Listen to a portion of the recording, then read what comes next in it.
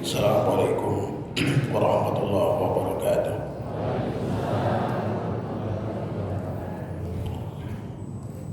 Alhamdulillah,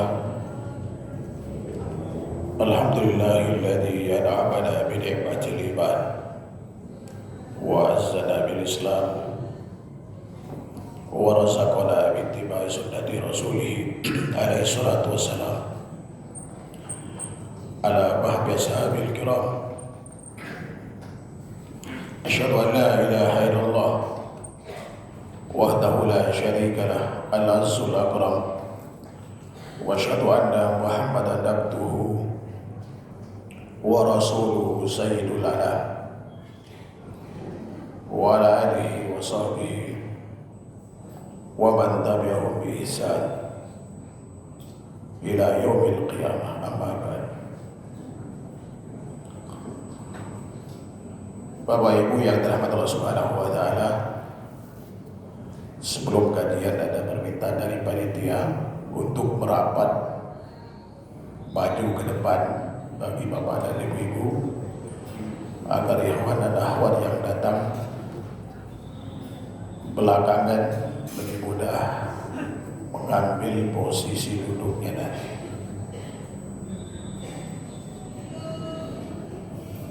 Baik, insyaallah waktu kita sampai jam 11 insyaallah ta'ala, karena saya ada kajian ba'da zuhur. Tema kita kondisi tidak ada pilihan selain gugat cerai. Ini para suami ketar-ketir.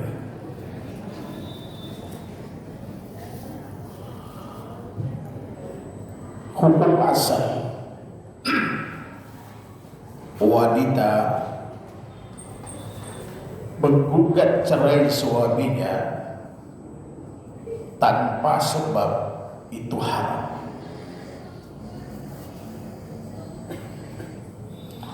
Dalam hadis riwayat Imam Abu Dawud dan Imam At-Tirmidzi, Rasulullah SAW pernah bersabda, ayyuma imra'atin sa'alat zawjaha talaqan fi ghairi ma ba'sin fa haramun 'alaiha raihatul jannah. Wanita mana saja yang minta cerai, kalau istilah gugat cerai, kalau istilah kita, tanpa sebab, tentu ini sebab syar'i, maka haram baginya untuk mencium bau surga.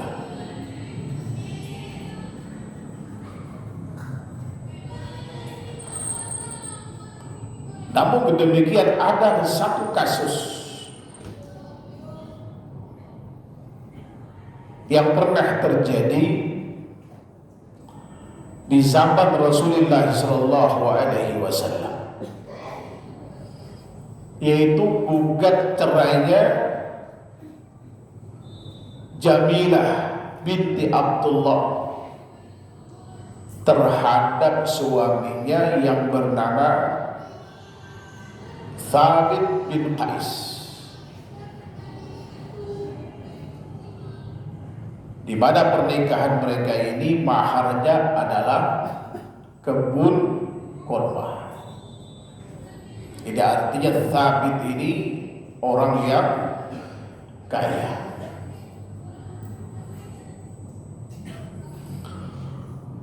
Suatu waktu istrinya datang ke Rasulullah SAW dan dia berkata, ya Rasulullah, kata beliau, aku tidak mencela Thabit bin Qais ini dalam hal akhlak maupun agamanya. Namun kata beliau, aku takut terjatuh dalam kekufuran dalam Islam. Ini akhaful kufur fil Islam.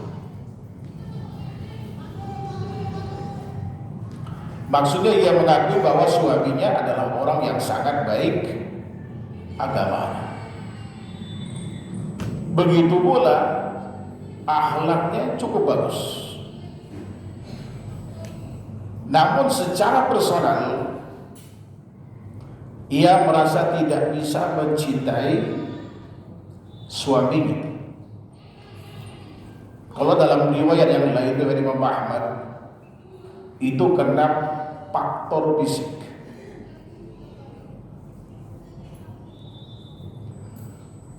Artinya takut jika diteruskan bersama, ia tidak bisa memenuhi hak-hak suaminya, atau tidak bisa berbakti, yang mana hal itu merupakan hak suami. Kalau nggak dilakukan berarti dosa, karena kewajiban suami terhadap istri. Ini yang disebut dengan kufur nikmat. Aku takut kufur dalam Islam. Suami baik, akhlaknya baik, tapi secara personal hatinya tidak bisa dibohongi, kalau memang tidak ada rasa.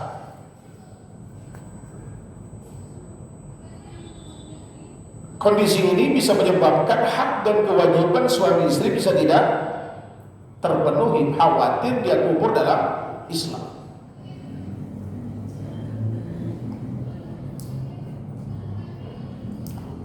Dan Rasulullah SAW memberikan solusi kepadanya.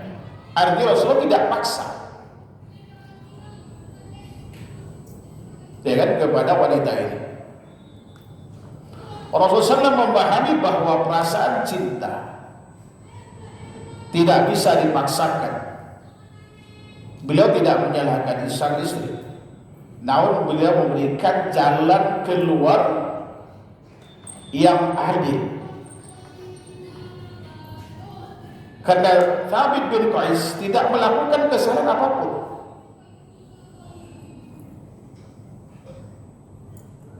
Rasulullah SAW bertanya kepada istri Thabit, apakah kamu mau mengembalikan kebun yang pernah diberikan kepadamu saat itu sebagai mahar ya? Jamilah berkata, iya, beliau bersedia untuk mengembalikan mahar yang berupa kebun tersebut dengan kompensasi, ya kan, gugat cerai dikabulkan.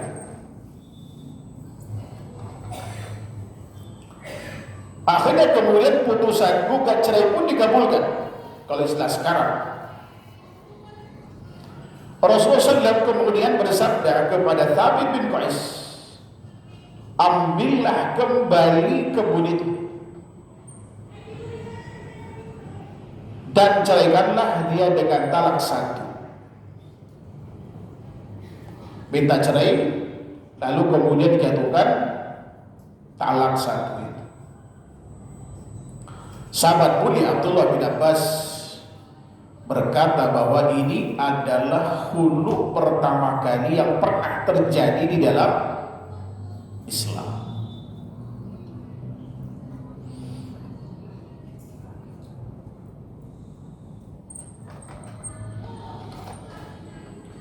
Pelajaran yang dapat kita ambil dari kisah ini, yang pertama bahwa wanita punya hak untuk menggugat cerai suaminya. Ini sebagai jalan keluar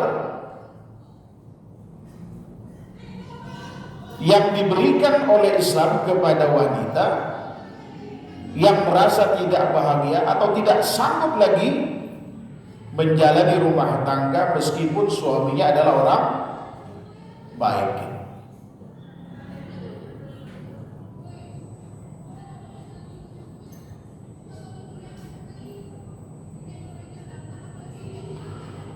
Ketidakcocokan dalam hal ini atau terkait dengan perasaan adalah alasan yang manusiawi dan diterima dalam syariat untuk mengajukan khulu.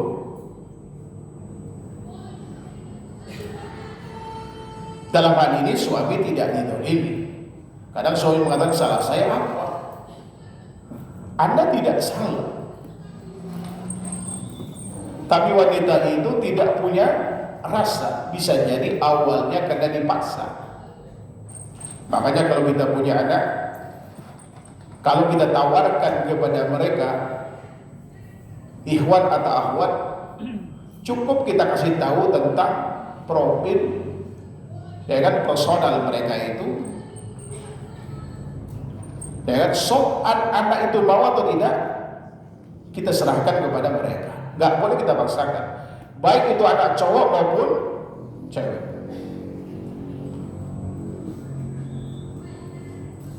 Nah, keadilan bagi suami dari perceraian ini, ya tidak ada yang dirugikan, maharnya dikembalikan. Ini contoh kasus gugat cerai yang pernah terjadi di zaman Rasulullah SAW. Tentu sekaligus pengecualian dari hadis riwayat Imam Tirmidzi dan Abu Dawud tadi, di mana wanita itu ketika minta cerai pada suaminya tanpa alasan syar'i, haram baginya, ya kan, mencium bau surga.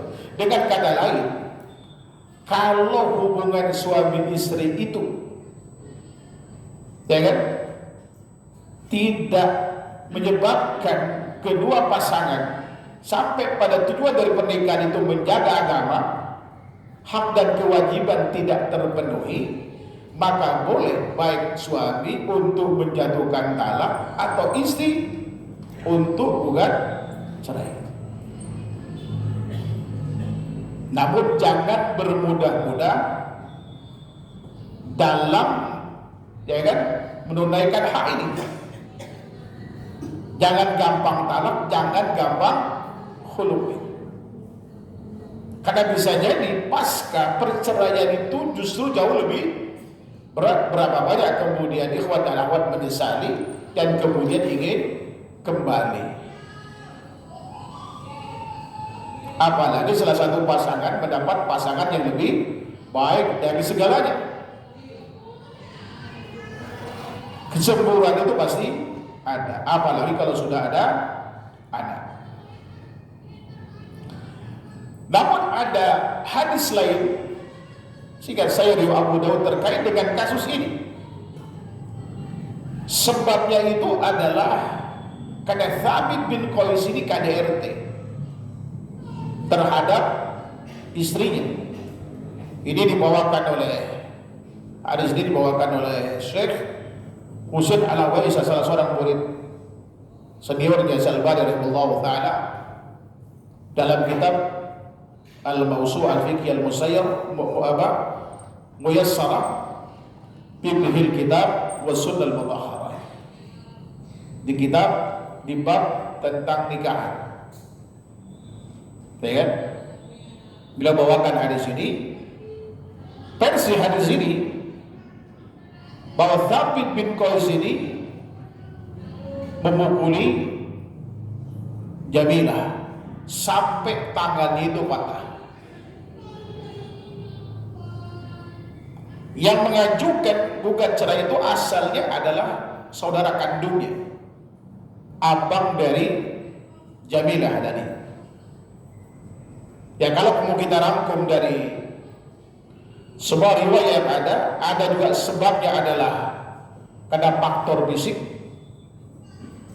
Ya, bisa jadi kalau kita rangkum dari seluruh riwayat yang ada, bisa jadi faktor fisik yang menyebabkan sang istri ini tidak suka, ilfil dengan Thabit bin Qais, sehingga hak sabit mungkin hubungan badan segala macam itu tidak terjadi, yang menyebabkan Qais itu marah sehingga terjadilah KDRT. Ya karena semua hadis ini adalah sahih, maka yang paling aman kita mengamalkan ke seluruh hadis yang ada, dan itu sangat dimungkinkan terjadi karena faktor ketidaksukaan yang menyebabkan kurang hormatnya seorang istri terhadap suami, sehingga kemudian hak suami yang bukan kewajiban istri, mungkin diantaranya hubungan badan dan lain-lain, tidak dipenuhi sehingga marah, terjadilah KDRT. Aslinya Sabit itu adalah orang yang baik agamanya, akhlaknya pun baik. Kan ada orang yang masya Allah terkenal baik, jujur dan seterusnya. Qadarullah misalkan suatu saat dipancing emosinya, tiba-tiba mukul, bahkan ada yang sampai membunuh. Padahal mungkin dia tidak ada niat untuk membunuh. Itu bisa saja terjadi. Ya kan? Jadi kalau kita rangkai seluruh riwayat demikian adanya. Nah, kemudian setelah kita telusuri, ada kurang lebih 9 kondisi di mana seorang istri itu berhak untuk menggugat cerai suaminya. Ya kan? Dan ini termasuk alasan syar'i. Bahkan kondisinya wajib. Yang pertama, ketika suami itu murtad.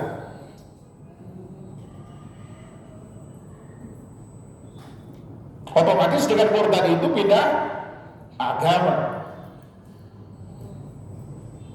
Dan salah satu sebab pasakh itu karena murtad. Hubungan pernikahan itu bisa putus karena satu dari 3, talak, khulu, atau pasakh. Kalau talak itu hak suami menjatuhkan talak pada istrinya. Kalau khulu itu adalah hak istri membuat cerai suaminya. Kalau pasakh itu mungkin keduanya tidak ada masalah, tapi dia masalah dengan agamanya. Dia murtad, keluar dari Islam. Ya kan? Hukum dalam Islam bagi yang murtad itu kafir dan dipancung keluar dari Islam. Karena di negara kita tidak menegakkan syariat itu, bukan berarti kemudian murtad itu tidak ada. Kalau suami mengingkari kewajiban sholat misalkan, atau mengingkari Quran itu firman Allah, apa yang menyebabkan kufur-kufur lainnya, ditegakkan hujah kepadanya, dia tetap pada pendiriannya, ya kan? Maka otomatis itu dia bisa kufur karenanya. Maka konsekuensinya seluruh hak Islamnya itu hilang, termasuk pernikahannya pasrah. Otomatis bukan suami istri, walau tidak ada masalah di antara mereka berdua. Ini ada contoh kasus kurang lebih sebulan yang lalu, dan sekarang berupaya untuk kembali. Ada seorang kafir masuk Islam. Jangan kita istilahkan non muslim, kafir saja. Karena memang Al-Quran mengatakan kuliah ahil kafirun mau dikemanakan? Nggak ada kuliah ahil non muslim gitu kan? Ya orang kafir kembali ke Islam. Karena aslinya seluruh, ya kan, manusia itu agamanya Islam. Keluar dari Islam, baru kemudian dia murtad dari kufurnya, kembali ke Islam. Kita katakan dia kembali ke Islam. Istrinya masih menganggap dia mu'allaq. Berapa tahun saya bilang? 25 tahun. Itu bukan mu'allaq lagi, udah karatan. Dan dia tidak mau sholat. Sampai pada akhirnya saya panggil suaminya, kenapa Anda tidak sholat? Anda mengingkari kewajiban sholat atau tidak? Dia bilang tidak. Kenapa Anda nggak sholat? Saya sibuk Ustaz, bukan kamu cari nafkah itu wajib? Dia punya perusahaan. Pak, saya bilang itu, para sahabat itu lebih kaya dari Bapak, sahabat mulia Abu Bakar, Omar, Osman, Abdullah, itu kaya-kaya, nggak pernah ninggalin sholat. Dan banyak orang di era sekarang ini juga kaya-kaya. Saya banyak kenal mereka. tapi nggak pernah ninggalin sholat. Sesibuk apa sih? Sekaya apa sih ada sampai meninggalkan sholat itu? Nggak sempat atau kadang lupa. Hukum orang meninggalkan sholat kan 1 dari 3. Kalau mengingkari kewajiban sholat kufur, walaupun dia sholat. Kalau mengingkari kewajibannya, atau tidak mengingkari kewajiban sholat, tapi dia nggak sholat sama sekali, kufur menurut kesepakatan para ulama. Atau dia tidak mengingkari kewajiban sholat, kadang tidak, menurut mayoritas ulama, ya kan, dia bisa kufur. Ada yang mengatakan diperintahkan untuk bertaubat selama 3 hari kalau dalam negara Islam. Kemudian setelah itu dia, kalau nggak bertaubat, dipancung keluar dari Islam. Itu pilihan 1 dari 3 saya bilang. Bahkan kemudian ketika mau konsultasi di Blok M Square itu, beliau tidak mau sholat asar, malu kan? Saya bilang jangan-jangan ini mengingkari kewajiban sholat. Apa malunya? Ini muslim, ada muslim 25 tahun. Lalu saya bilang ke istrinya, karena memang banyak komplek kasus beliau ini komplek, sering mengatakan cerai alasan ketidaktahuan. Tidak ada pilihan bagi Anda kecuali khulud. Dan suaminya moto tidak mau menceraikan, bahkan mengancam. Ya, bahkan mengancam. Saya bilang tidak ada pilihan bagi Anda kecuali khulud. 1, kesalahan suami adalah dia tidak sholat tadi. Ya kan?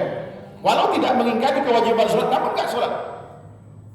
Bisa dihitung sholat selama 25 tahun itu.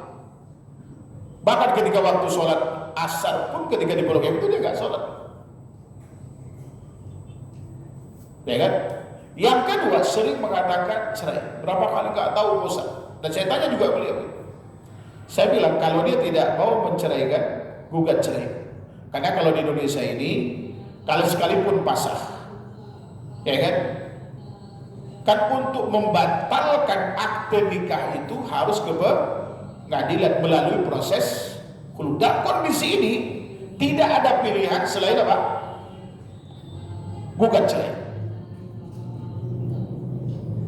Itu kondisi yang pertama. Kemudian kondisi yang kedua,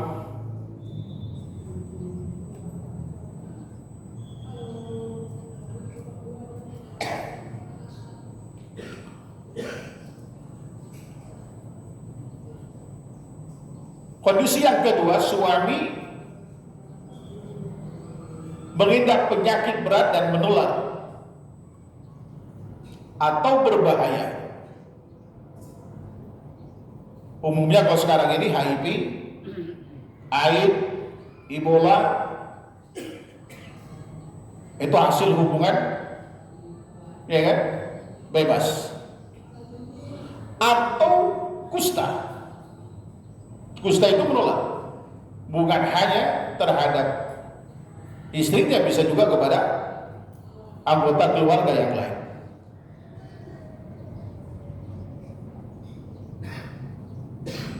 Maka dalam kondisi ini boleh seorang istri itu, ya kan, menggugat cerai.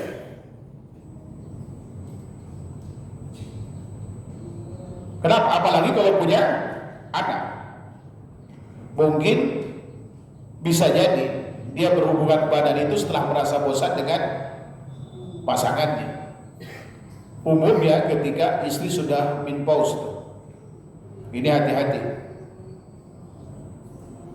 Atau suami sudah usia 40 tahun, muncul puber kedua. Udah punya anak.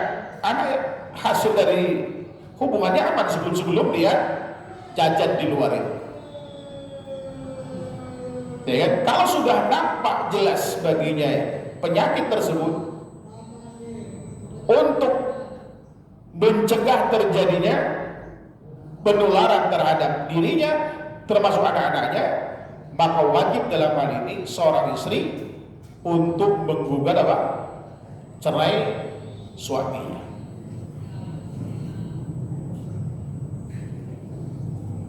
Atau kemudian bawaan sebelum nikah. Bawaan sebelum nikah. Mungkin sebelum nikah dia nakal kemudian taubat. Ada seorang ikhwan dari Prancis, orang kita, usia 52 tahun. Masih bujangan. Saya tanya ke beliau, kenapa antum bujang sampai 52? Secara fisik antum ganteng. Afwan Ustaz, saya dulu pernah LGBT. Anak taubat sekarang, kata dia. Udah taubat alhamdulillah. Tapi Anda mengidap penyakit HIV. Boleh nggak saya nikah sama wanita muslimah yang baik? Saya bilang nggak boleh. Cari akhwat yang sekelas sama antum, yang sama-sama punya HIV. Minta carikan ke saya. Dan itu grup-grupan Pak. Saya khawatir.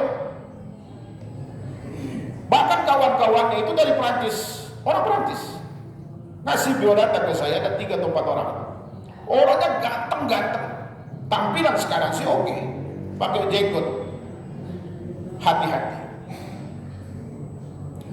Dan saya udah gak kontak lagi sama beliau. Mohon maaf, saya gak bisa bantu antum. Karena saya gak punya link wanita yang taubat ada HIV-nya juga. Gimana kita mau ngasih? Ya kan? Dan itu terjadi.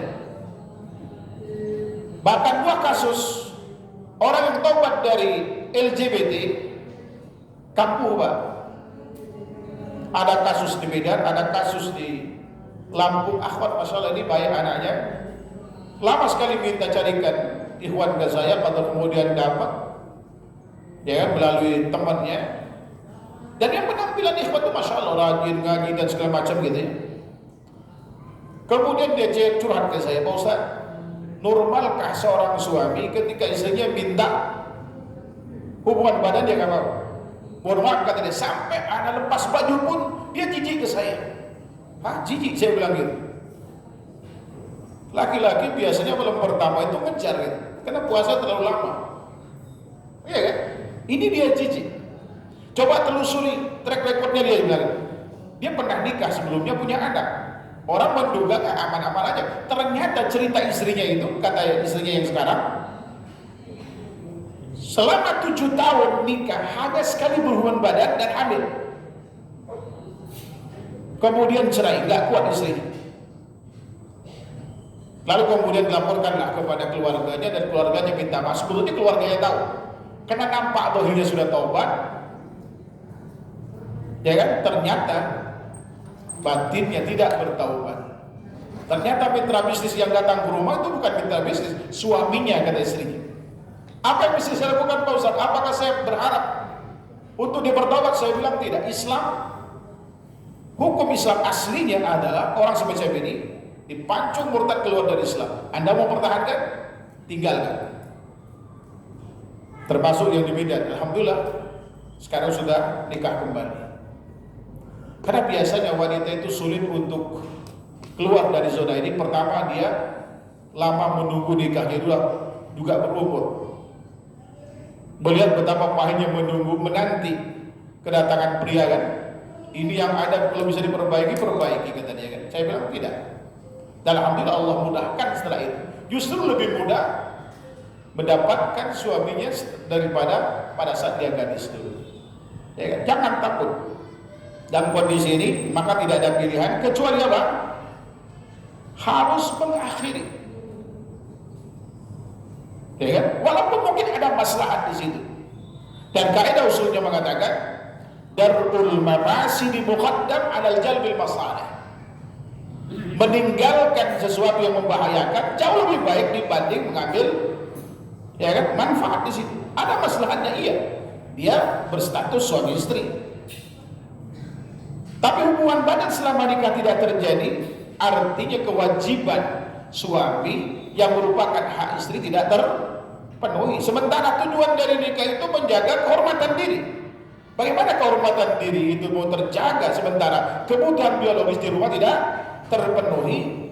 Bukan karena penyakit tapi karena LGBT. Waliyadzubillah. Ini kondisi yang kedua. Kemudian kondisi yang ketiga, suami hilang tanpa kabar.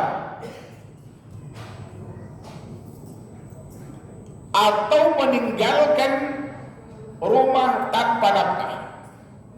Kalau dalam madhab Malik ini 1 tahun. Kalau kasus di zaman sahabat mulia Umar itu 4 bulan. Apalagi kalau istri misalkan libidonya tinggi, ya kan, ditinggal lebih dari 4 bulan dia nggak kuat, khawatir terjerumus pada perbuatan zina, sementara suami menghilang tanpa kabar. Maka dalam kondisi ini, ya, setelah berikhtiar maksimal melalui keluarga dan seterusnya, tidak ada informasi, dia boleh kemudian menggugat cerai kemana? Ke pengadilan, dan pengadilan biasanya akan memutus secara sepihak, sehingga saya namanya itu perstek gitu. Biasanya 3 kali disidang dan selesai, dan segera menikah lagi. Bagaimana kalau kemudian setelah nikah dia datang? Ini ada kasus seorang wanita, ya saya Pak Ustaz, suami saya hilang 2 tahun.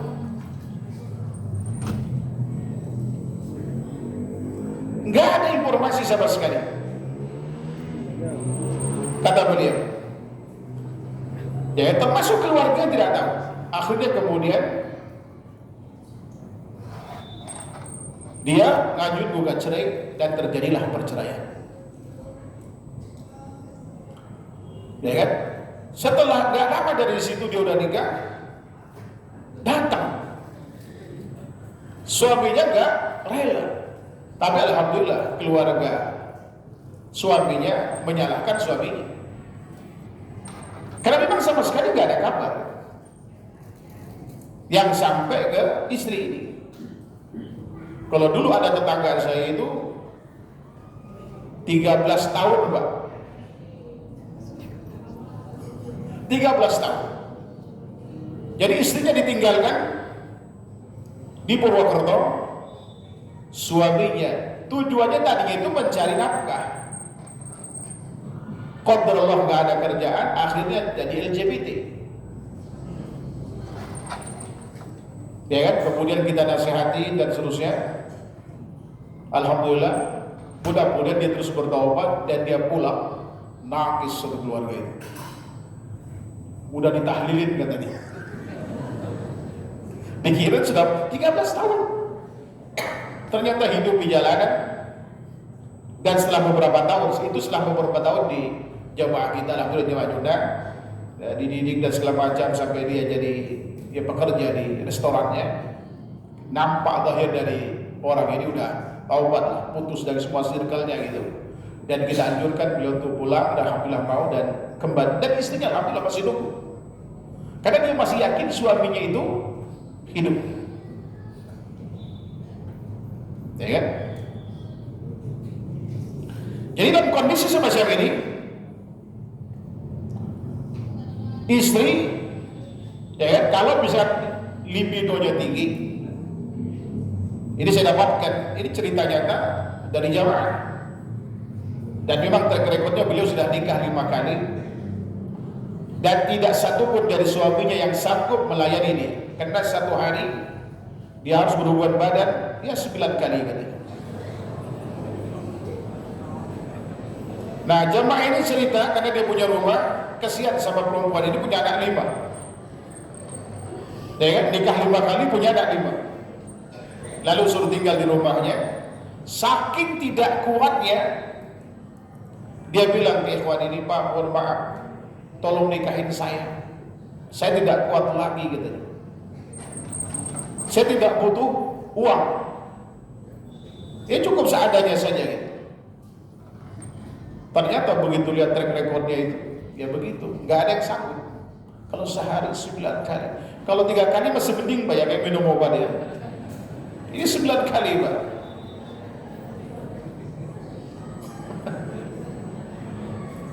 Akhirnya kemudian ketahuan oleh istrinya, kemudian dikeluarkan dari rumah itu. Saya nggak tahu akhirnya gimana cerita akhwat ini. Ada kondisi semacam ini, artinya libidonya tinggi.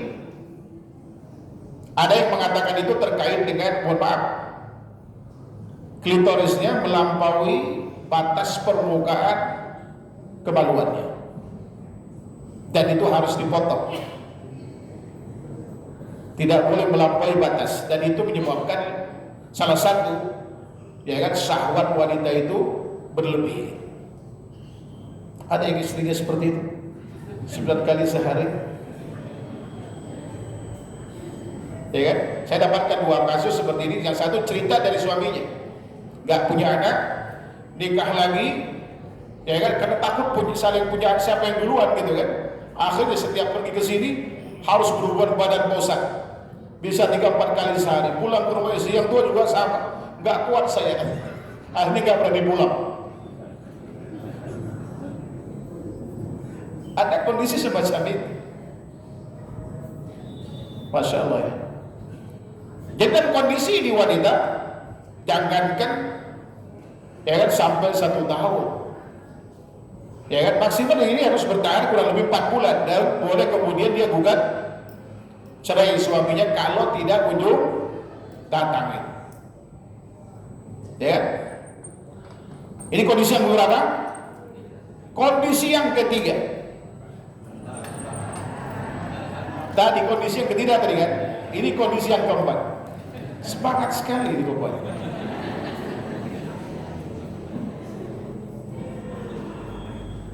Baik, kemudian kondisi yang keempat, tidak ada harapan perbaikan dan hubungan menjadi dosa atau kemudaratan. Sambil contoh kasus, karena ini pernah terjadi, ini lebih mudah untuk kemudian dicerna. Ada seorang akhwat itu sampai hampir gila, udah ngomong sendirian dan kadang halusinasi, dan suaminya menutup diri. Istrinya curhat ke saya nasihatin suaminya, akhi kenapa istri antum sampai begini? Dia menutupi, ya kan? Dan istri itu didoktrin dengan suruh sabar itu. Begitu kemudian istrinya kabur ke rumah saya. Kemudian saya suruh istri saya, udah terus tenangkan, saya bilang ke suaminya, istri kamu gak usah nyari istri kamu sedang ada di rumah saya taruh di rumah samping, ada di rumah saya bilang gitu. Tenangkan dulu, karena sepertinya orang gila, dia udah ngomong ngaco gitu. Kemudian ditanyalah sama istri saya, kami berdua bertanya, ada apa? Ternyata qadarullah, dia mau diperkosa oleh mertuanya. Wanita ini bercadar, dan kata istri saya, istrinya Masya Allah cantik sekali gitu, ya kan? Diceritakan dari mau qadarullah, dulu bapak mertuanya ini mantan preman, kemudian taubat, sering ngaji, jenggotnya panjang, suka ketemu sama beliau, tampak akhirnya Masya Allah. Tapi mungkin habit yang sudah sekian tahun menerpa dia di jalan itu, tidak bisa melihat perempuan cantik walaupun itu adalah menantu. Sementara, ya kan, suaminya itu ingin berbakti pada orang tuanya. Dia nggak percaya dengan kasus-kasus itu. Ya kan, saya tanya, apakah pernah diperkosa? Dia bilang, alhamdulillah tidak, Pak Ustaz. Karena di rumah saya pun pakai cadar. Dia melakukan itu ketika suaminya nggak ada. Dibekap dari belakang, kalau dicium udah biasa kata dia. Lalu kemudian apa yang kamu minta sekarang? Saya takut, dia takut tadi, dia tahu hadis tadi, takut kemudian beliau kufur, takut dia tidak masuk surga gitu. Karena harus taat pada suami. Beliau Masya Allah qadarullah yatim, bapaknya udah meninggal, tinggal ibunya. Artinya kalaupun kemudian keluar, saya mau kemana Pak Ustaz? Tapi dipertahankan bisnis semacam ini, ya kan? Saya minta kepada suami tidak percaya, malah menuduh husnuzon terhadap istrinya. Saya bilang solusinya begini, saya panggil suaminya, ini gini aja. Saya tidak tahu persisnya seperti apa, tapi ini kondisi kalau istri Anda sampai begini, karena sering curhat, saya bilang itu, masalah seperti ini masalah besar. Paling aman kalau antum pisah rumah, berdekatan aja sama orang, tapi jangan satu atap dengan orang tua antum. Ya kan? Kalau antum tidak mau, istri punya hak untuk menggugat cerai itu. Ini sampai mau gila dia bilang. Bahkan dia sering kesurupan. Ya kan? Sekarang antum mau pilih, antum kontrakin rumah dekat rumah orang tua, antum bisa berbakti pada orang tua tanpa harus mengorbankan istri, atau kemudian istri antum gugat cerai antum. Karena ini udah patah. Dan kalau udah cinta mengerikan. Bayangkan kalau ada kesempatan tidur, dia nggak bisa tidur, Pak. Kalau nggak ada suaminya, ya kan? Mau istirahat siang, stres dia, takut kebayang trauma gitu. Apalagi itu adalah mertua, orang sekitar nggak percaya. Selalu yang dijelekkan adalah pihak istrinya. Ya kan? Pada akhirnya kemudian bisa, alhamdulillah qadarullah, nggak lama dari situ mertuanya ini wafat.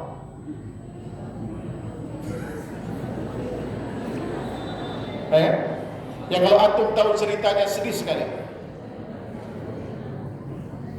Alhamdulillah wafat. Mudah-mudahan husnul khotimah ya. Itu harapan kita. Alhamdulillah, yang maksudnya tidak lagi mengganggu bantu. Alhamdulillah sekarang bahagia. Bayangkan sampai punya anak 3 berapa tahun?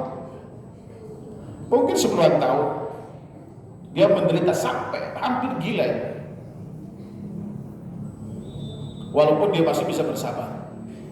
Dalam kondisi itu sebetulnya kalau istrinya mau bukan cerai, boleh apa tidak? Boleh. Ya kan? Tapi beliau berpikir, kalau ini gimana anak saya nanti, kalau kemudian saya pisah, orang tua saya nggak punya apa-apa, bahkan rumah pun kontrak dan seterusnya. Banyak pertimbangannya sehingga beliau bertahan. Sementara kemudian kezaliman terus berlanjut. Atau kemudian dari pihak suaminya yang menzalimi dia. Sehingga saya pernah sampaikan di sini, seorang ikhwan nikah itu dia pengusaha, menikahi seorang janda punya anak 2, anak jenderal. Saya baru tahu belakangan kalau itu anak jenderal, karena beliau tidak berani. Alasan tidak berani menceraikan itu karena ayahnya jenderal katanya. Mungkin dia berharap menikahnya itu untuk backing usahanya. Allah berikan itu, tapi ketenangan hidup dia tidak dapatkan karena istrinya baru hijrah, belum dari sunnah, sementara beliau udah lama sunnahnya. Berharap istri itu instan segera berubah dan segala macam. Saya bilang tidak semudah membalik tangan, antum harus bersabar ya. Sebagai saksi dia nggak berani ngomong, tapi kemudian dia tidak berubah badan lebih dari setahun. Kemudian saya tanya hati ke hati secara terpisah, dan dia memang sudah tidak ada hati lagi dan sudah tekad cerai. Sehingga nunggu kesalahan istri saja biar menggugat cerai, maksudnya itu. Sementara istri tidak mau bercerai karena saya baru nikah, baru janda Pak Ustaz. Baru nikah sama dia, masa janda lagi? Ya kan? Saya kemudian nasihati, saya kumpulkan berdua, ini sudah tidak kondusif. Kalau dipertahankan, hak hati yang merupakan kewajiban suami tidak terpenuhi. Ini menjadi sumber dosa. Sampai kapan seperti ini? Kalian usia udah 40-an tahun. Ya kan? Lebih baik segera diputus mata rantai, ya kan, kezaliman ini, yaitu dengan mengakhiri. Karena saya tanya, coba antum katakan, apa antum masih bertahan apa tidak? Dia bilang tidak. Dan beliau tidak mau menceraikan nanti, takut menceraikan nanti, karena suami ayah anti katanya takut sama ayah anti. Karena ayah anti katanya jenderal. Betul jenderal? Betul Pak Ustaz. Ya sudah kalau gitu sekarang, ya kan, gugat. Kalau mau gugat cerai silahkan. Lebih aman itu. Seakan-akan yang salah itu adalah suaminya kan, karena dia tidak mau menggauli istri. Boleh gak buat cerita polisi ini? Boleh. Ya kan? Kalaupun talak itu lebih aman. Itu solusi terbaik buat, ya kan, pasangan ini. Sebab kalau suaminya yang menceraikan, pasti orang tuanya gak akan terima. Tapi kalau istrinya yang menceraikan, Itu lebih aman. Artinya yang salah seakan-akan itu adalah anaknya dia gitu. Ya kan? Udah nggak suka lagi sama dan seterusnya. Yang kita siasat seperti itu yang penting, ya kan? Sudah tidak lagi menjadi sumber dosa. Alhamdulillah terjadi perpisahan dan alhamdulillah sekarang masing-masing sudah nikah. Jadi kan? Jadi jangan dipertahankan. Kalau memang sudah tidak ada harapan bisa diperbaiki. Dan banyak kasus biasanya wanita itu lebih cenderung kuat bertahan dibanding dengan laki-laki. Kalau perempuan tuh banyak pertimbangan, kalau laki-laki kadang-kadang masya Allah udah cerai aja. Bahkan anaknya pun dilupakan. Ini hati-hati, antum yang menceraikan istri lalu lupa pada anak, ingat ya kan, di akhirat ada tanggung jawab yang akan dituntut oleh Subhanahu wa taala. Itu hak nafkah anak. Itu hati-hati antum. Nah, kalau yang terjadi di Tangerang kemarin, kasus kemarin di Sultan di Blok M Square, jadi suaminya gak berani mencerai istrinya padahal dia udah gak suka sama sekali, udah gak berhubungan badan. Kenapa? Diancam oleh mertuanya mempertahankan hubungan pernikahan anak ini karena status sosial. Kalau kalian cerai gimana bapak posisinya? Saya bilang ke beliau, apapun resikonya, kalau memang antum sudah tidak ada lagi niat untuk mempertahankan, dengan dipertahankan menjadi sebab dosa, maka sebaiknya akhir. Atau minta istri kemudian untuk menggugat cerai hati, sehingga kemudian ayahnya tidak mempersoalkannya. Ini ada kasus. Kalau tidak ya selesaikan saja. Apapun resikonya, karena diancam akan dihinakan, akan disusahkan katanya. Saya bilang ingat, kita punya Allah. Di Indonesia ini juga ada penegak hukum, gak sembrono itu. Walaupun dia orang kaya, pejabat dan segala macam, antum gak usah takut. Kalau memang sudah tidak bisa diperbaiki lagi, daripada kemudian menjadi sumber dosa, lebih baik kemudian diakhiri. Dan antum tidak perlu merebutkan anak, sudah punya anak 2, gak perlu merebutkan anak. Anak mau tinggal sama antum atau mau tinggal sama dia, antum berkewajiban untuk memenuhi kebutuhannya semampu antum.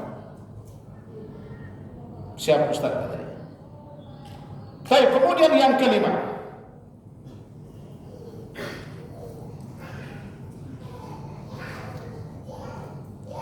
suami berzina terus-menerus dan tidak mau bertaubat.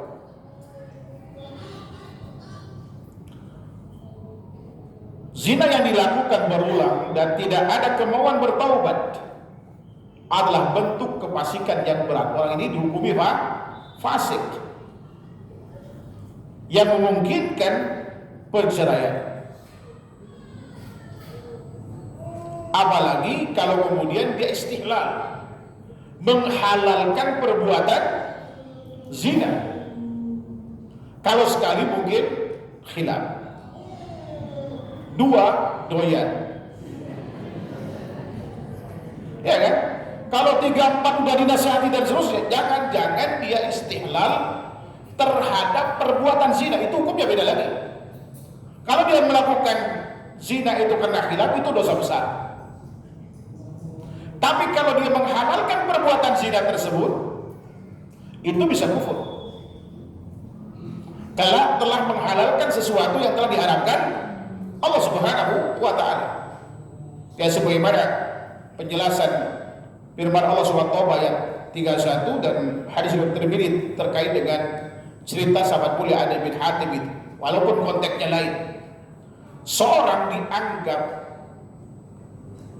beribadah, ya kan, atau menyembah seseorang ketika seorang ini mentaati, ya kan, seseorang atau tokoh katakanlah dalam menghalalkan sesuatu yang diharamkan Allah, atau mengharamkan sesuatu yang dihalalkan Allah, atau dirinya menghalalkan sesuatu yang diharamkan Allah, atau mengharamkan sesuatu yang dihalalkan Allah, itu termasuk perbuatan syirik. Istihlal itu bisa kufur, ya kan? Kalau tidak digugat cerai, bisa pasah hubungan pernikahan. Kalau suaminya misalkan menghalalkan perbuatan zina, setelah ditegakkan hujjah dia tetap melakukannya, ya kan?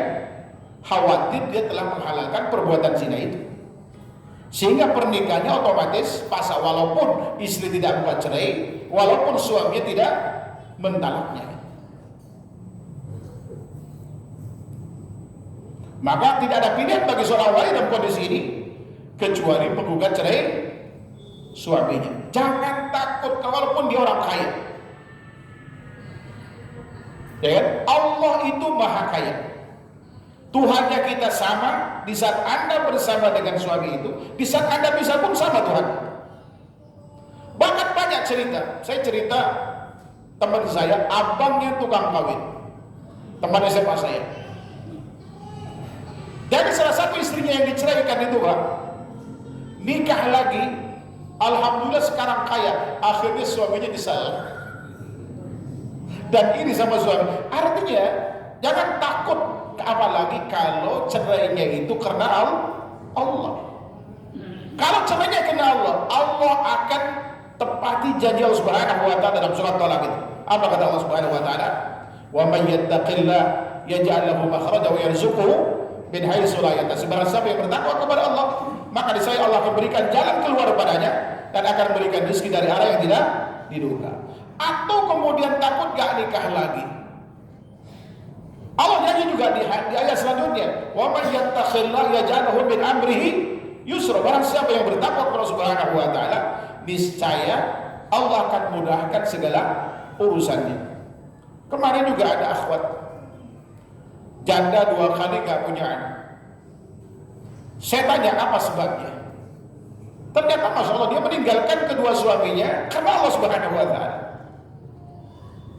Ya kan? Kemudian saya tawarkan ke ikhwan, sekarang sedang proses taruh. Jangan takut gitu ya. Kalau Anda tinggalkan rumah tangga itu karena Allah Subhanahu wa taala, Allah akan ganti. Ya kan? Dengan caranya, walaupun menurut logika, aduh saya udah janda 2 kali, gimana image orang? Tinggal jelaskan apa sebab Anda cerai. Ya kan? Insyaallah ta'ala. Dan yang belum nikah di saya akhwatnya banyak, hampir tiap hari masuk. Sisa 780 orang lagi. Kalau ikhwannya begitu masuk, saya kirim langsung dapat. Alhamdulillah 2 janda ada sholawat. Ya kan? Tanggal 9 ini nikah, kemarin kasih tahu. Saat undang saya bilang saya nggak bisa datang karena ada kegiatan. Alhamdulillah. Kalau janda saya perjuangkan biar saya dapat pahala jihad itu. Suami juga dapat pahala dia. Saya bilang ke beliau, kalau antum nikahi dia, ini orang baik insyaallah. Jangan lihat dia cerai 2 kali. Karena sebab percayanya begini. Antum telusuri saja dan antum istikharah. Setelah itu antum nikahi dia. Dan usia jauh, cowoknya 46, ceweknya 32. Lihat. Insyaallah ta'ala. Jangan takut. Tapi kalau antum satu aja gak punya sekali, keterlaluan. Kemudian yang berikutnya apa? Yang keenam, kekerasan fisik. Kekerasan fisik dan penyiksaan ini sering terjadi. KDRT kalau istilah kita ini. Allah Subhanahu wa taala melarang para suami untuk melakukan itu. Wala tumsikuhunna diraran lita'tadu.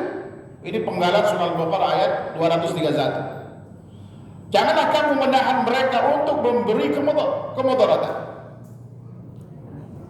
Dan kasus salah satu riwayat yang sampai kepada kita, asal atau sebab gugat cerainya Jamilah, ya kan, terhadap Thabit bin Qais adalah karena KDRT diantaranya. Adalah KDRT. Sekalipun mungkin asal KDRT itu yang salah adalah istri. Gak boleh kita pukul. Kalau memang tidak suka, daripada kemudian mencederai, ya kan, sebaiknya diceraikan. Tapi ada juga, Masya Allah, ini pentingnya kita mendidik anak itu ngerti agama. Ada seorang akhwat yang sering disiksa oleh suaminya. Sekarang punya anak 3. Ya kan? Dulu curhat pada saya itu di Kalibata City, Ba'da Isya. Dibawa oleh paranya. Saya tanya, kenapa anti nikah sama dia? Siksanya tuh luar biasa, Pak. Dipukulin dan segala macam gitu kan. Bahkan anaknya kalau tengah malam nangis, itu diambil, dimasukin ke kamar mandi, disiram dengan air, itu dikunci. Dan dia nggak kerja. Bahkan rokok pun dibelikan oleh istrinya. Saya tanya ke beliau, apa yang diharapkan dari suami Anda? Suami Anda tidak sholat, dia cerita itu. Ya kan? Kemudian tidak ngasih nafkah. Dulu mohon maaf ini, apa sebab Anda tertarik dengan dia dulu? Dulu dia orang kaya, Ustaz. Ada orang kaya. Dan memang ganteng suami. Ternyata ganteng dan kaya nggak bisa diandelin, Pak. Makanya Imam Hasan al-Basri ketika didatangi oleh seorang ayah, ketika putrinya itu diminati oleh 3 cowok, lalu dia bilang, ya Imam, siapa yang harus saya terima dari 3 orang ini? Saran Imam Hasan al-Basri, tabi'in kibar pada saat itu, dia katakan, nikahkanlah dengan orang yang paling bertakwa kepada Allah di antara mereka. Lalu beliau kasih alasan, kalau dia orang saleh, maka anak Anda akan dimuliakan. Tapi andai kata dia katakanlah pelaku maksiat, minimal anak Anda tidak akan didolimi. Ini pentingnya nikah dengan orang yang baik agamanya. Ya kan? Saya bilang, kalau Anda suatu saat misalkan dibunuh, bagaimana sama dia? Sering dipukul yang tiap hari, Pak. Sampai kemudian beliau kabur.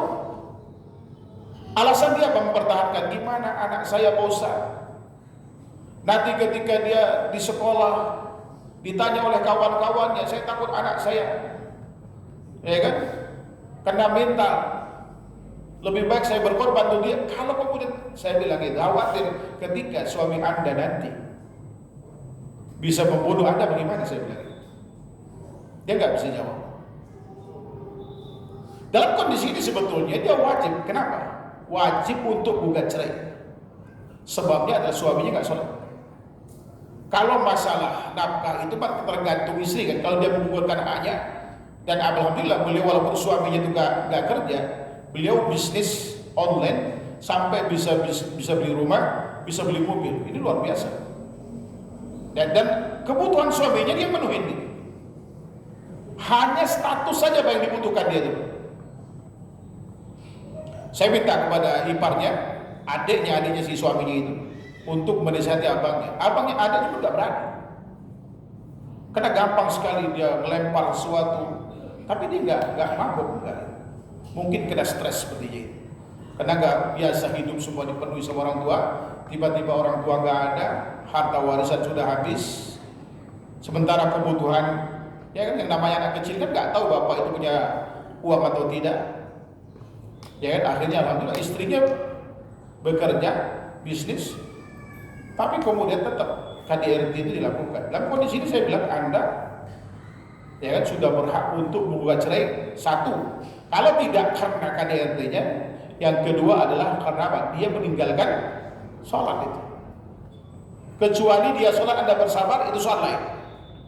Dan Anda mulia, saya bilang itu. Karena Rasulullah pernah mengatakan kepada para sahabat, mau aku tunjukkan kepada kalian istri kalian menjadi penghuni surga adalah ketika, ya kan, Anda marah, istri itu mencari ridho suami ini. Apalagi kalau dia berbuat salah, ya kan, dia selalu apa? Mencari ridho suaminya, atau bersabar terhadap perlakuan suaminya. Dia termasuk penghuni surga. Tapi itu ada batasan minimal, batasan maksimalnya ketika suami tidak lagi menjalankan syariat Islam, bisa kufur karenanya, mau tidak mau sekalipun Anda sayang sama suami, itu harus apa? Pisah. ya kan? Pisahnya karena pasrah, gugat cerainya itu karena ingin, ya kan, meresmikan perceraian tersebut. Ya karena akte cerai itu tidak akan bisa, ya kan, dibatalkan kecuali melalui proses pengadilan, dan itu melalui proses gugat cerai. Wallahu ta'ala. Kemudian yang berikutnya adalah kekerasan psikologis yang berat. Ini biasanya sering terjadi ketika antara laki-laki dan perempuan tidak sekufu. Lakinya kaya, perempuan ini banyak terjadi perceraian karena kasus ini. Kekerasan psikologis yang berat itu, seperti menghina berkepanjangan, istri tidak dihargai, keluarga istri dihinakan, dan seterusnya itu. Ada 2 kasus ini yang menarik terkait dengan ini. Ada seorang wanita ketika saya haji tahun 2005 kemarin, dia WA saya, ingin gugat cerai suaminya. Apa sebabnya? Apakah dia tidak menafkahi? Alhamdulillah Pak Ustaz, kalau nafkah alhamdulillah, saya sebulan dapat 3 miliar.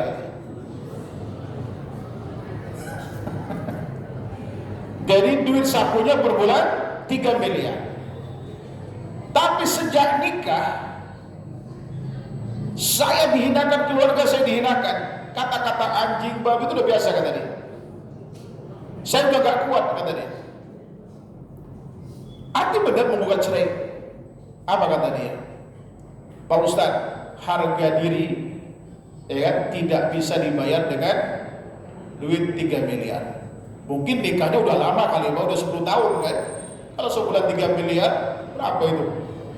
Udah ngumpul banyak kan? Tinggal antum cari aja jandanya. Cerdas juga wanita ini kan. Artinya dia tidak tahan itu, dan berakhir dengan perceraian. Yang satu lagi juga sama.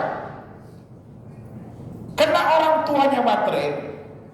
Dibilang matre itu karena dinikahkan di usia 16 tahun di saat anaknya ini kelas 2 SMA. Cowoknya orang kaya, usia 32 tahun. Jarak berapa ya? 16 tahun jaraknya. Di saat dia gugat cerai itu 46 tahun istrinya itu. Setelah 30 tahun menikah otomatisnya. 30 tahun dia menikah. Suaminya itu umur 68. 68. Saya bilang beliau, "Ukhti, kenapa tidak bersabar saja? Ini usia sudah 68 tahun." Iya kan? Kan kalau jatah umat Nabi Muhammad kan 60-70 kan? Tinggal rajin dia mulai lagi nanti, saya bilang itu. Minta husnul khotimah untuk suami itu. Bukan supaya dia mati, enggak. Supaya husnul khotimah aja. Segera di husnul khotimah kan. Boleh gak doain kayak gitu? Kemudian nanti dapat warisan, perusahaannya banyak. Dia bercerita bagaimana kezalimannya itu, Pak. Walaupun harta melimpah ruah, dia hanya dikasih makan, Pak. Saking pengen jajannya, dia sampai usaha di rumahnya. Itu pun dihitung sewa.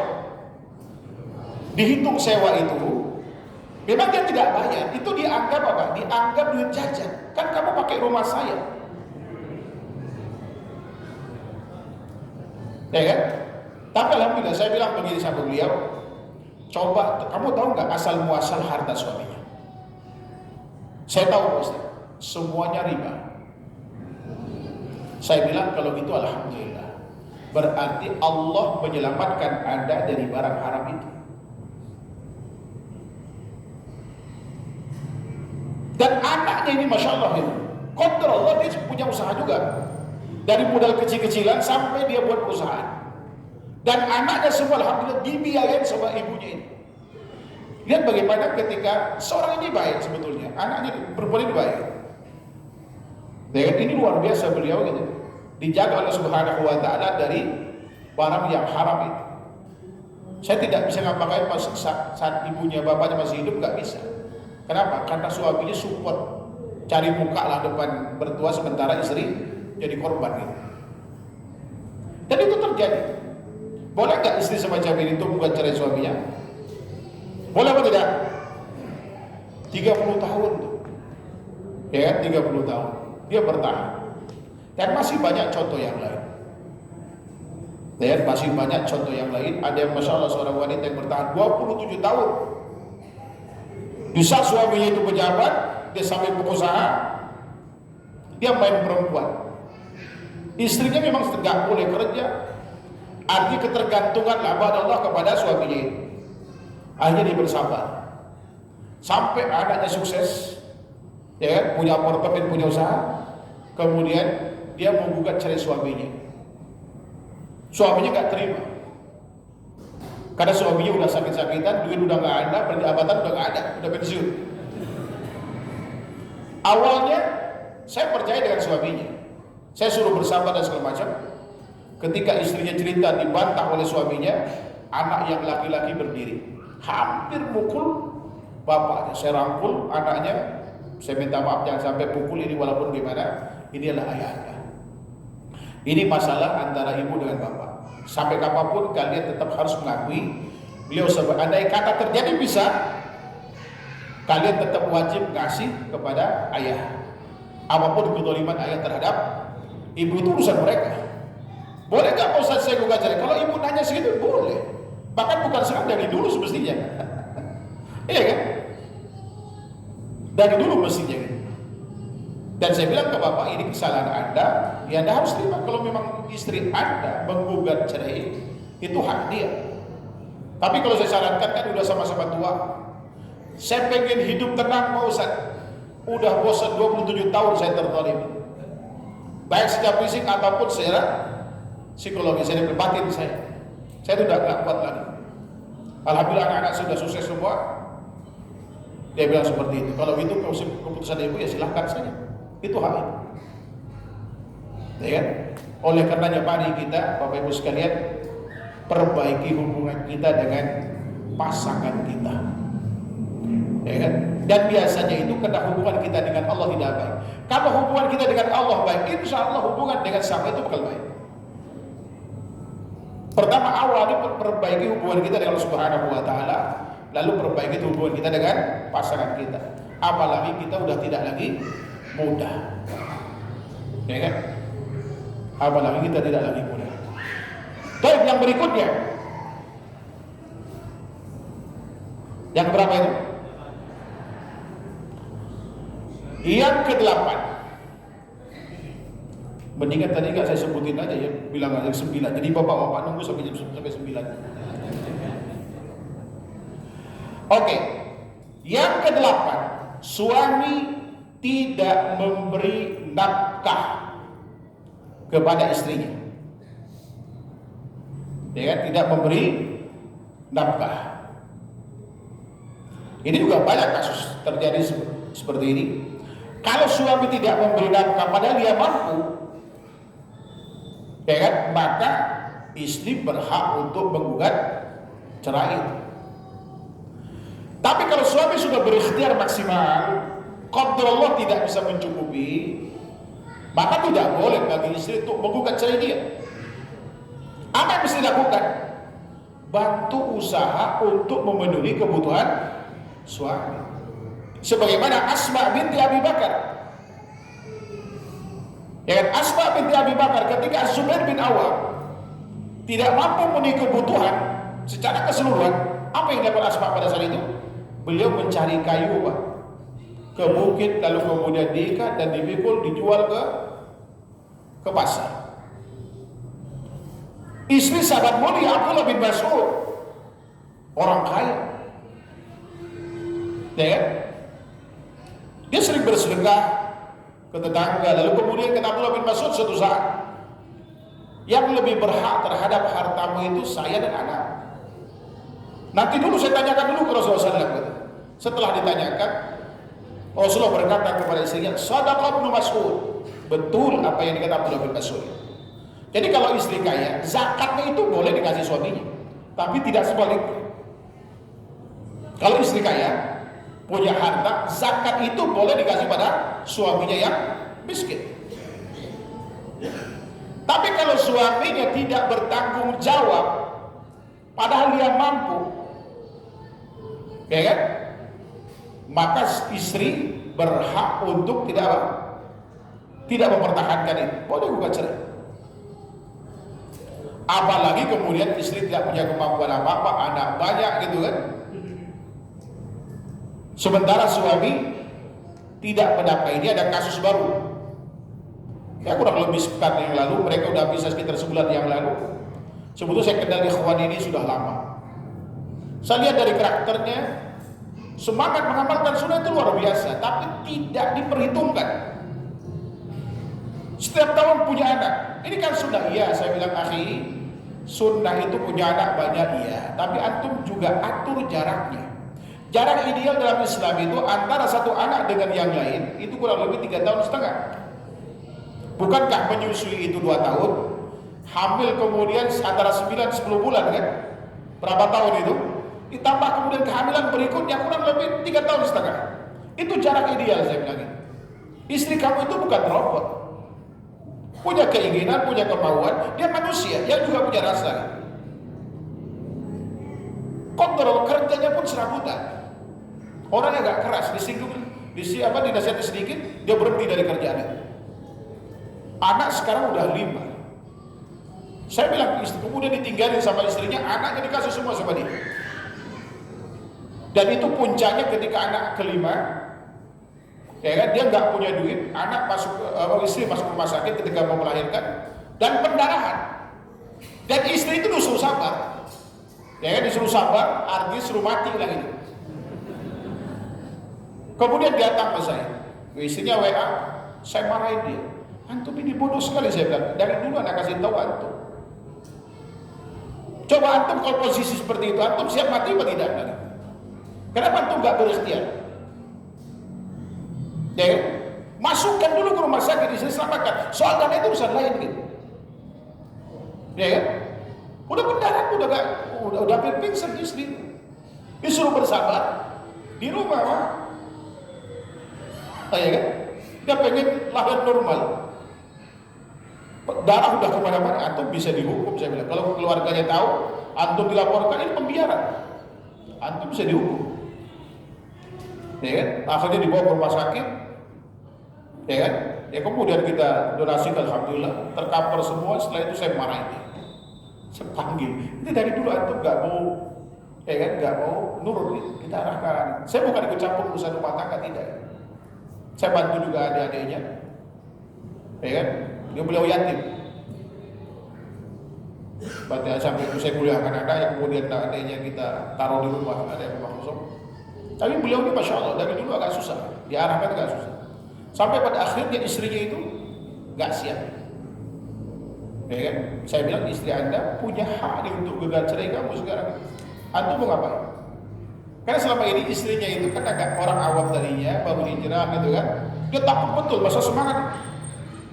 Gagalnya itu tinggi, apa yang dikatakan suami diikutin. Tapi pada akhirnya masya Allah, mungkin kalau disuruh bersabar sampai mati. Ya kan, betul, bisa syahid kan. Tapi itu konyol sebetulnya. Kalau selama bisa diikhtiarin itu mau ditaruh di rumahnya. Alhamdulillah istrinya WA itu. Saya telepon dia suruh bawa ke rumah sakit. Lalu kemudian kita donasikan, alhamdulillah terkumpul, selesai. Alhamdulillah. Ya kan? Jadi kita juga harus peduli dengan sesama kita. Kalau ada ikhwan-ikhwan, tapi ingat, saya katakan, jangan gampang minta-minta. Tapi kalau kondisi semacam ini memang layak untuk dibantu itu. Tapi minta-minta jangan, harus berikhtiar maksimal. Makanya kita sebelum punya anak itu harus diperhitungkan matang-matang. Makanya harus fokus suami istri begitu nikah, fokusnya masa depan. Jangan kemudian mengungkit masa lalu sehingga terjadi cekcok, akhirnya nggak produktif. Yang ada, ya kan, permusuhan, api dalam sekam, tinggal tunggu waktu ini. Bisa antum diceraikan oleh istri atau antum menceraikan istri. Dan masa rentan itu kurang lebih usia pernikahan 1 tahun sampai 10 tahun. Itu masa yang berat bagi pasangan. Makanya ketika ponakan-ponakan paling pada saya nikah, selalu saya nasihati, lupakan masa lalu, jangan tanya masa lalu walaupun saja canda. Tutup. Itu pasangan Anda yang terbaik. Pikirkan ke depan, kalau punya anak kapan, punya program. Ya kan? Saya sendiri alhamdulillah punya anak satu. Saya pikirkan nanti anak kira-kira tahun berapa sekolah. Kuliahnya tahun berapa? 1, 2, 3. Saya 7 anak saya. Ya, sambil berikhtiar, sambil usaha, sambil bisnis. Ya alhamdulillah. Allah mudahkan itu. Ya kan? Kita harus berikhtiar maksimal. Yang paling penting itu saling pengertian antara suami dan istri. Jadi kalau suami tidak memenuhi kewajiban, memenuhi nafkah, maka kemudian apa? Istri punya hak untuk menggugat cerai suaminya.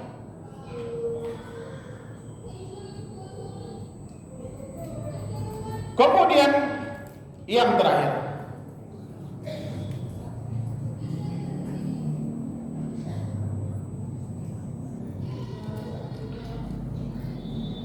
suami tidak bertaubat dari dosa-dosa besar. Dia selalu selain sholat tadi. Kalau sholat itu sudah sepakat para ulama. Bahkan kata sahabat semulia Syafi'i, tidak ada sesuatu yang disepakati oleh sahabat yang ditinggalkan kufur selain sholat. Nah, ini yang terakhir ini adalah dosa-dosa besar yang lain, seperti kesyirikan, ya kan? Ataupun seperti riba dan lain-lain. Atau kemudian suami memaksa istri, ya kan? Atau bahasanya suami merusak agama istri. Ini ada contoh di Bekasi ini. Mungkin dari jamaah, mudah-mudahan kalau dihadiri jadi solusi bagi dia. Jadi suami dia adalah orang yang rajin ngaji sebelum nikah, ya kan? Baru di pernikahan 6 tahun dia nikah. Di tahun pertama baru ketahuan ternyata biodata yang dia buat itu dibohongi. Pertama, status pernikahan, ternyata dia di posisi istri kedua. Dia buat KTP palsu. Ya kan? Tapi istrinya alhamdulillah menerima. Karena kemudian dia juga punya akte nikah. Ya kan? Menerima. Karena alhamdulillah dia kerjakan apa? Yang berikutnya itu udah gak boleh ngaji, gak boleh kemudian bergaul dengan komunitas muslimah yang lain, sementara tidak dikasih solusi. Artinya di rumah tidak difasilitasi dan seterusnya. Untuk misalkan mengakses mungkin kajian melalui YouTube dan lain-lain, ya kan? Dan suaminya pun kadang sholat kadang tidak. Begitu ditegur, ya kan, beliau marah. Ini udah enggak, jarang sholat, kadang bukan enggak sholat ke masjid, tapi enggak sholat. Kadang sholat semaunya aja. Begitu dinasihati, dia marah dan gampang pukul dan seterusnya. Saya tanya kepada istrinya, boleh enggak? Ketika dia bilang, boleh enggak saya bukan cerai Ustaz? Saya bilang ke beliau, apakah selama ini tujuan nikah itu tercapai? Pertama, kehormatan terjaga. Yang kedua, agama terpelihara. Selama ini saya merasa agama saya semakin rusak. Ya, saya sudah terima dia membohongi saya, tapi dia nggak sholat, ya kan? Dan melarang saya untuk kajian dan seterusnya itu. Padahal katanya dia awalnya nyunnah, ya kan? Ini kesian isi semacam ini.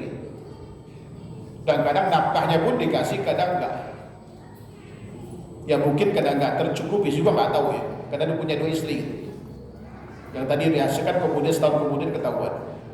Ya dalam kondisi seperti ini, apapun kemudian sebab, kalau istrinya menyebabkan agama istri itu rusak, ya kan, setelah berikhtiar untuk diperbaiki tidak mau juga suaminya, bahkan ada yang disuruh melepas jilbab ada, atau disuruh ganti jilbab yang kecil karena malu katanya kalau pakai jilbab lebar ketika meeting dengan kawan-kawannya. Ada yang seperti itu. Bahkan nggak boleh juga pakai gamis, harus pakai yang seksi. Ada yang seperti itu. Kalau dalam semacam ini, Anda tidak boleh taati suami. Itu tidak bermaksiat kepada Subhanahu wa Ta'ala. Sebab Rasulullah katakan, la ta'ata li makhluqin fi maksiatil khaliq. Tidak ada ketaatan kepada makhluk kalau di dalam ketaatan itu ada maksiat kepada Allah Subhanahu wa taala. Jangankan suami, orang tua saja nggak boleh kita taati. Ya kan? Bukan kalau Subhanahu wa taala katakan wa in jahadaka ala tusyrika bi ma laysa laka bi'ilm fala tuti'huma. Apabila kedua orang tua memaksa Anda untuk melakukan kesyirikan, jangan kau taati. Apalagi dalam suami untuk bermaksiat kepada Allah Subhanahu wa taala, maka tidak boleh ditaati. Ya kan? Kalau terus dia ingin merusak agama istrinya, maka istri berkewajiban untuk menggugat cerai dia. Nah, demikian 9 kondisi yang tidak ada pilihan setelah berikhtiar maksimal, ya, kecuali gugat cerai. Wallahu ta'ala alam. Ada pertanyaan satu sebelum saya tutup? Masya Allah, bukan satu ini.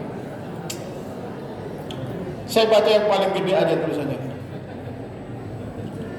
Mohon penjelasannya Ustaz, di luar tema. Saudara saya sering pinjam uang untuk ambil barang dagangan dan dijual ke luar daerah. Selama ini saya tidak minta pengembalian lebih, yang penting tepat waktu sesuai janji. Kali ini karena dia bilang hasilnya lumayan, jadi saya minta bagi hasil seikhlasnya dia. Menurut hukum Islam, apakah hal tersebut boleh atau halal? Saudara saya sepakat setuju. Gini, kalau bagi hasil itu konsekuensinya adalah bukan hasilnya saja yang diterima, tapi ketika ada kegagalan maka juga harus ditanggung oleh pemilik modal. Contoh misalkan saya dengan si B, ya kan, ada transaksi, lalu kemudian saya bilang saya punya modal 1 juta, ya kan, nanti dari keuntungannya ke si B ini saya katakan, dari keuntungannya saya minta misalkan katakanlah 40%, 60%-nya punya dia, ya kan. Nanti ketika ada kegagalan, kan dagang itu nggak selamanya sukses, ya kan. Kalau gagal berarti yang dikembalikan ke saya itu berapa? 60%, ya kan, itu boleh. Tapi kalau kemudian misalkan dikembalikan utuh duitnya, lalu Anda minta berbagi hasil, itu namanya apa? Riba. Wallahu ta'ala. Dan usahakan Bapak Ibu sekalian yang dirahmati Subhanahu wa taala, jangan dibiasakan bisnis itu minjem duit modalnya. Kalau ada motor, juallah motor. Kalau ada rumah, juallah rumah itu. Itu Allah akan berkahi insyaallah ta'ala.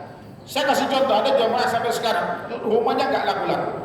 Dulu di saat dia punya usaha, dia belum kenal sunnah itu, dia minjem duit ke bank 1 miliar untuk beli mobil, untuk menunjukkan kalau dia sukses, dan dia beli rumah.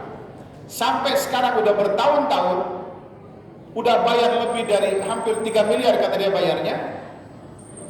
Itu bunganya, ya kan, belum lunas itu, karena nunggak lagi.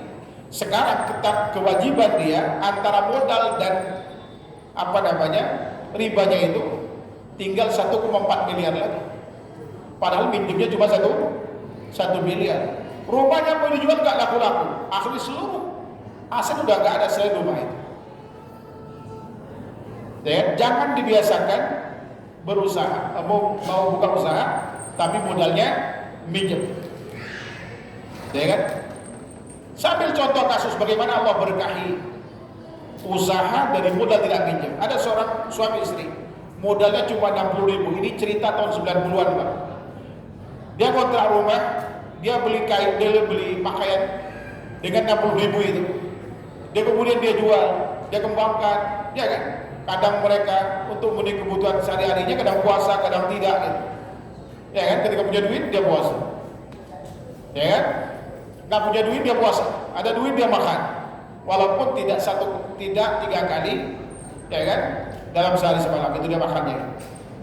Alhamdulillah dari duit 60.000 ini, masya Allah dia berkembang, ya kan? Sampai dia jadi konveksi besar, sampai dia jadi eksportir, ya kan, ke Australia, ke Malaysia dan ke negara-negara Timur Tengah. Itu dari modal duit 60.000. Allah berkahi itu. Tapi banyak cerita orang yang modal usahanya itu dari bank, dari ribawi, rata-rata kolek.